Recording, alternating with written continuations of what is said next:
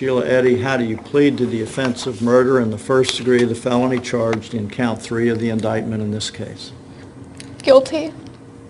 The record will reflect that the defendant has entered a plea of guilty to the offense of murder in the first degree of the felony charged in count 3 of the indictment in this case. You may be seated.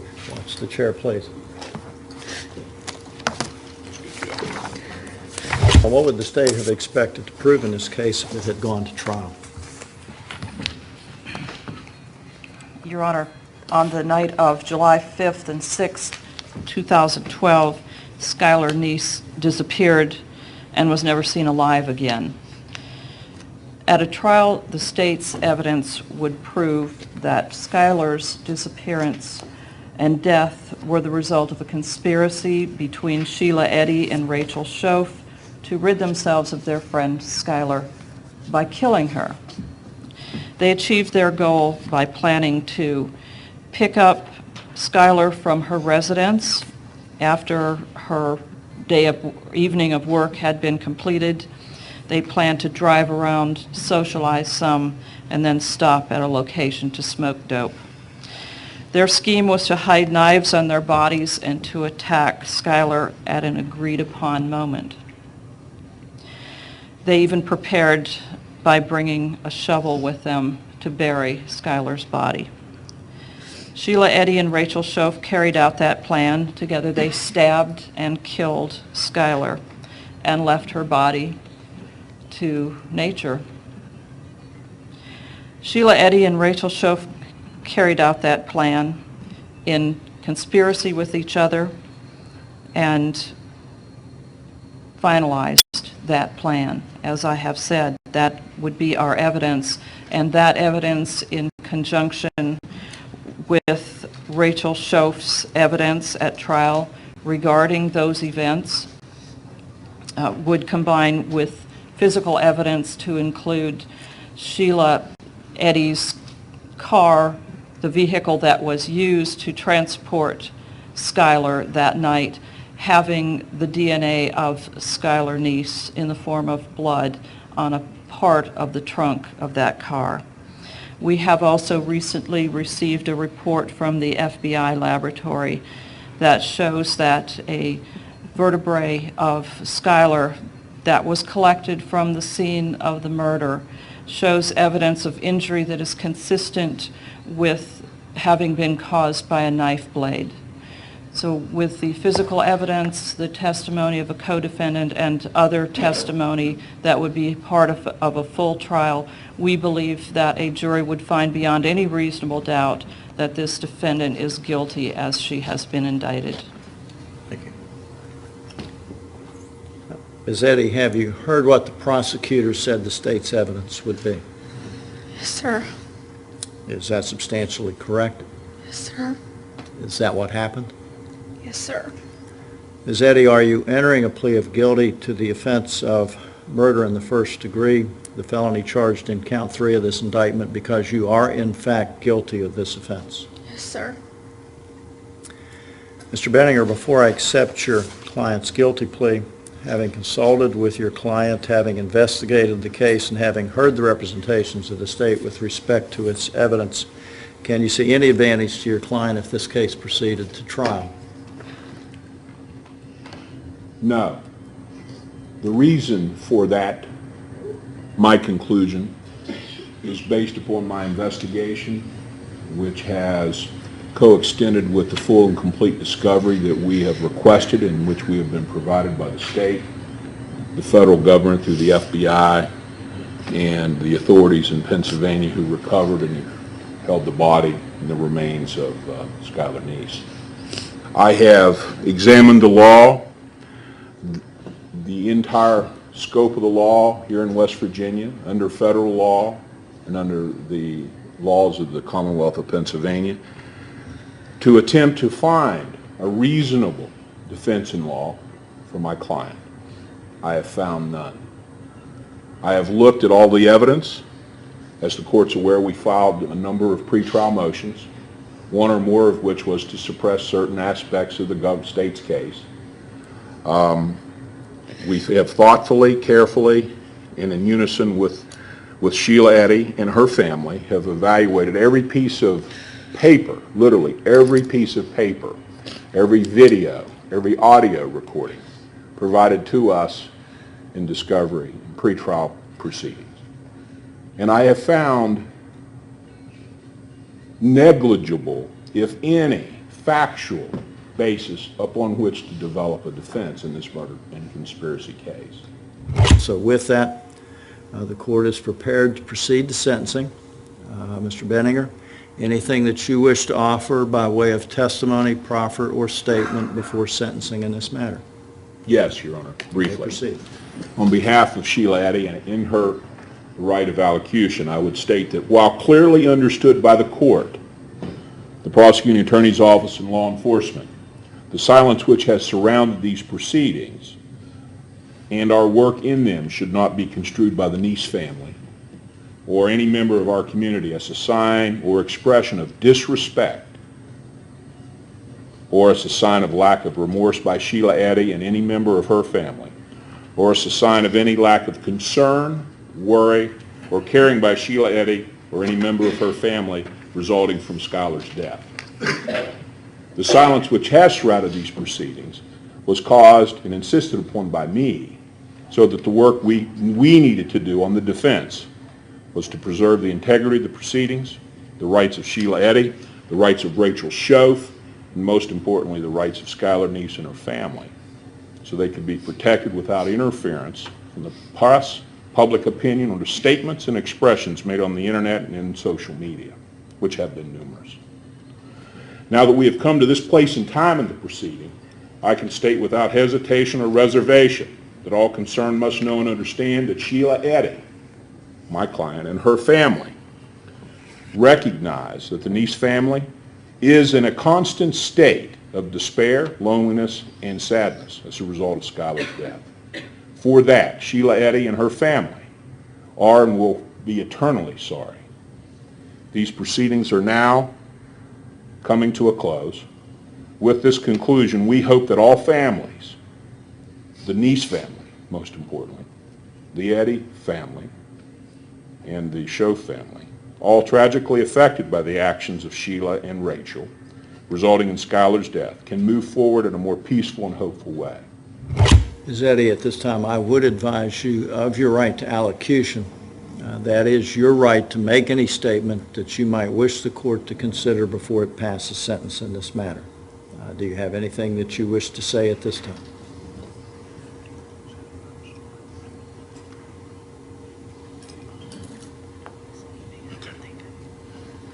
Your Honor, I can, on behalf of my client, she asked that she be permitted to remain silent. Skylar's aunt and Mary Neese's sister. And you know what, I don't know what in the world would ever make somebody feel the need to have to kill someone in this world over anything. Nothing could be that tragedy that you couldn't work out without having to kill them. She's taken the hopes and dreams from my sister, from the prom to graduation to being a grandmother and planning a wedding. She'll never have any of this. And she's tore so many families apart that everything she gets coming to her, I feel is due to her. She came and she acted as if she knew nothing. She pretended like she was her friend and stayed and comforted us and swore she had no idea what was going on, and the whole time she knew. And to sit there and look at us and tell us she knew nothing, and now come to this day and she admits that she did, just shows how evil she can be. Thank you.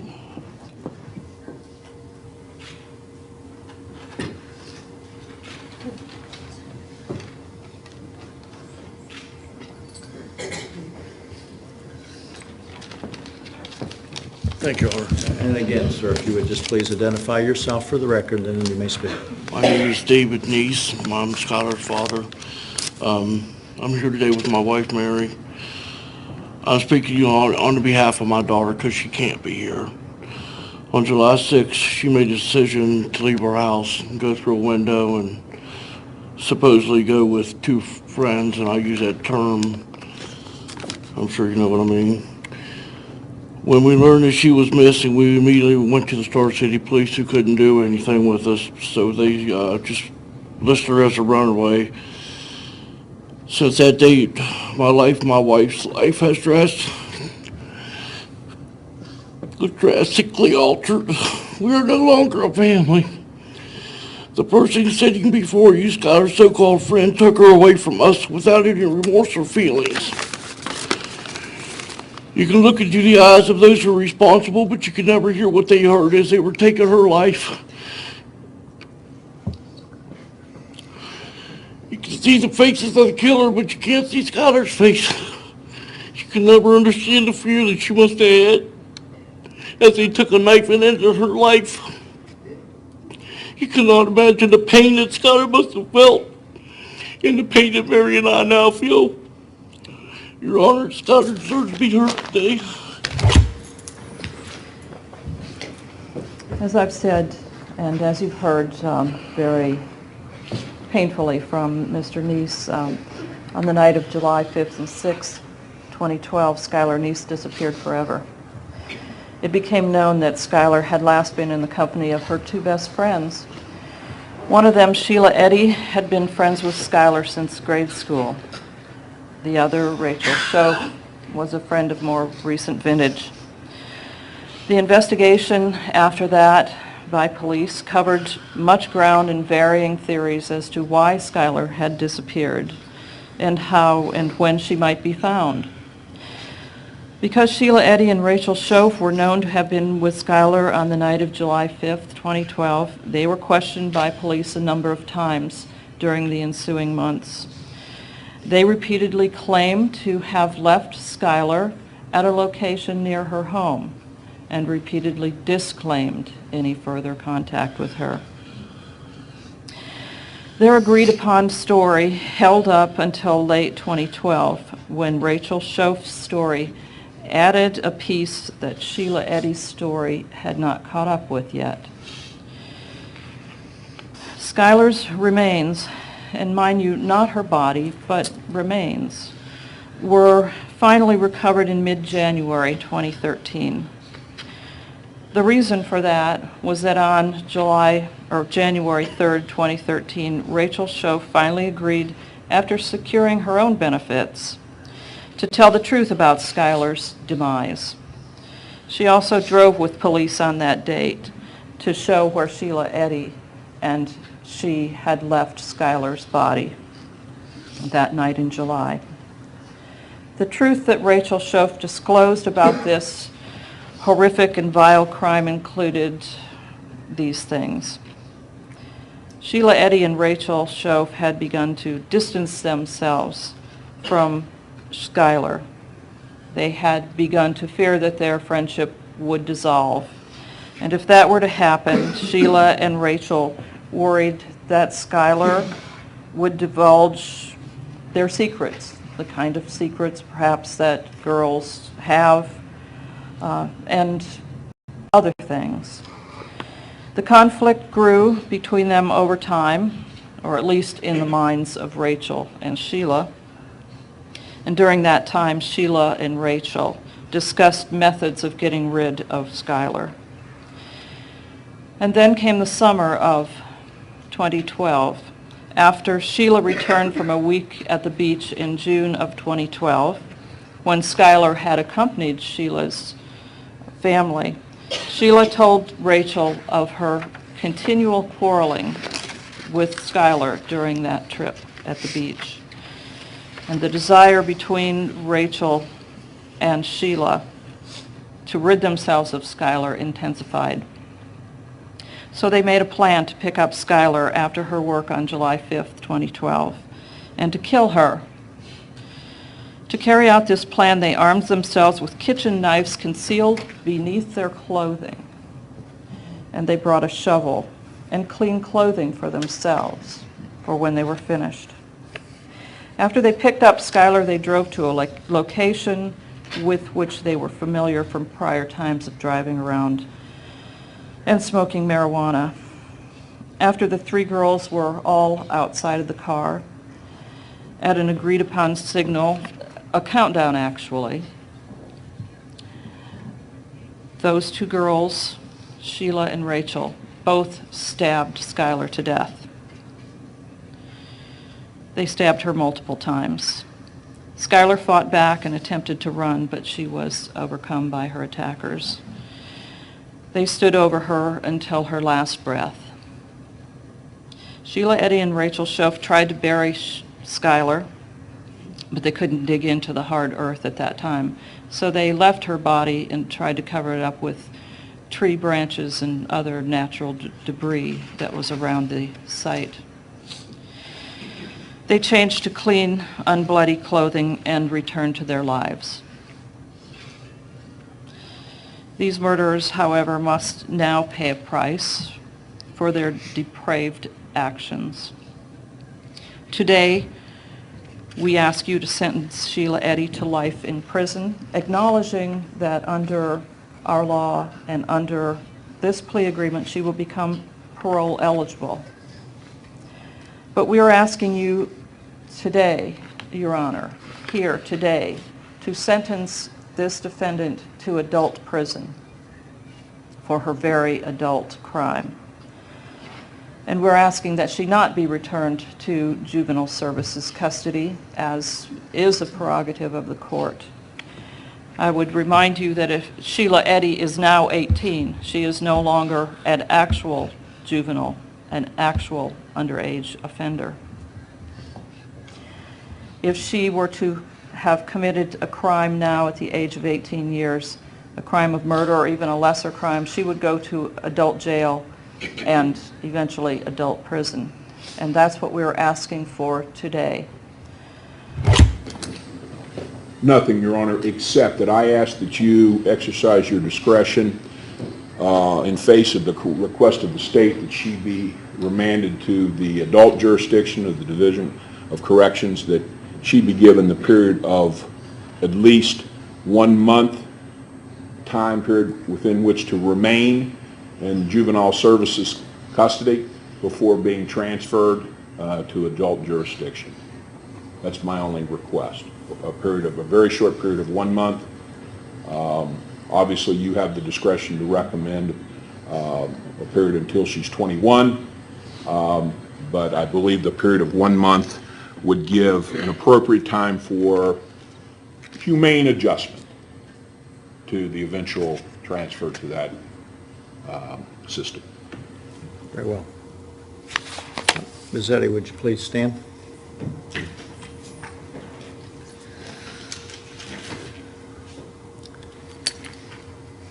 Shelia Eddy, for your conviction of the offense of murder in the first degree upon your plea of guilty, it is the sentence of the court that you be imprisoned in the West Virginia State Penitentiary for the rest of your natural life, consistent with the requirements of the Constitution of the United States. That sentence is technically with mercy, which makes you eligible for parole after you have served 15 years. With respect to placement, it is the court's intention that the defendant be placed in the custody of the Department of Corrections as soon as a bed is available in a Department of Corrections facility. Just so everybody understands, it is the court's position that the defendant is not to be transferred into the regional jail system awaiting a bed at a Department of Corrections facility. Primarily because of the overcrowding that exists in the regional jail system. I think things are a little bit better in the juvenile side of house until there's a bed available. So it is the court's intention that you go into Department of Corrections custody as soon as there is a bed available in Department of Corrections. And I mean, if that's tomorrow, that's tomorrow. If it's 30 days from now, it's 30 days from now, whatever it is. Until then, she'll remain in the juvenile facility. To reveal and the court to know that under the terms of my retention as Ms. Shelia Eddy's counsel, I will remain her counsel for all post-conviction matters into the foreseeable future. Very well. Thank you. Appreciate that. Thank you. Concludes the hearing. All rise.